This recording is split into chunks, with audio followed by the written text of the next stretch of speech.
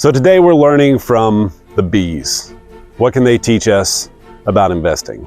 Well, when I first started, which was about 4 years ago, when I got my first beehive, I was only a couple of months in and I was spending so much money to get this hobby, if you want to call it that, up and running.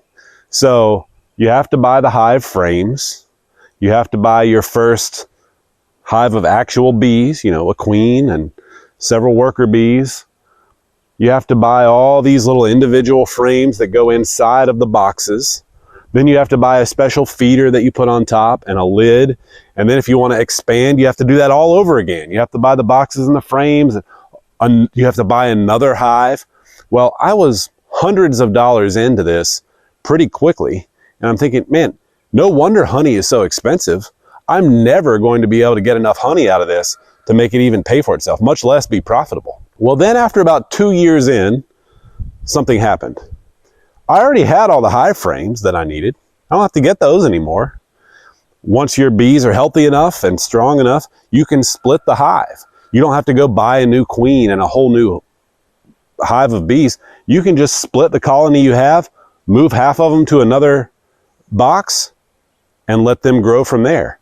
So once you reach a certain point, it all builds on itself. And now really the only thing I have to buy is the big Costco bags of sugar, because you feed them sugar water in the spring and before winter to help them build up some food stores.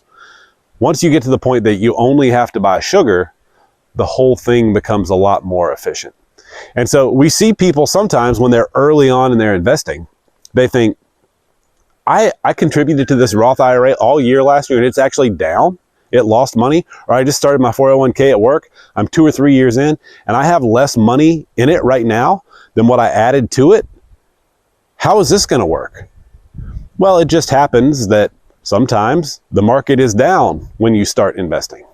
And yeah, you might get a couple of years in and think, how am I ever going to make any progress in this if I'm flat or down from where I started?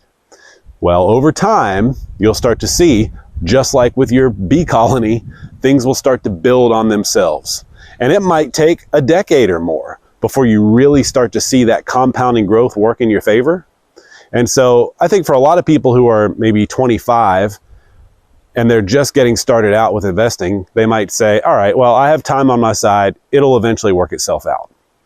But if you're later in life, if you're 50 and you're just now getting started in investing, the temptation for a lot of people can be to give up really quickly because they don't see immediate results. And it's just like me saying, I'm never going to get enough honey out of this to make it worth it. If you're in your 50s and you're behind, you're just getting started out, the key is not your investment returns. You might say, well, yeah, I got to find exactly the right investments because I'm behind. I need more growth. Really, the answer at that stage of your life is investing more, being more aggressive with how much money you're putting in. And quite frankly, at that stage of life, you can do that because now you're at a point where your kids are probably gone and off the payroll. You're probably done paying for college. Your house, in some cases, might be paid off. You're in your prime earning years. You have more income and less expenses now at this stage of life than in previous years.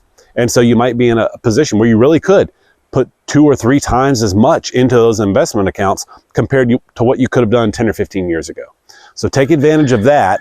Don't try to be too aggressive or too impatient with the investments. It's always going to take time. Just because you're later in life getting started doesn't mean that the way that investments work have changed. You have to play the game as it must be played. So be aggressive with how much you put in. Don't try to be too aggressive and impatient with how you invest.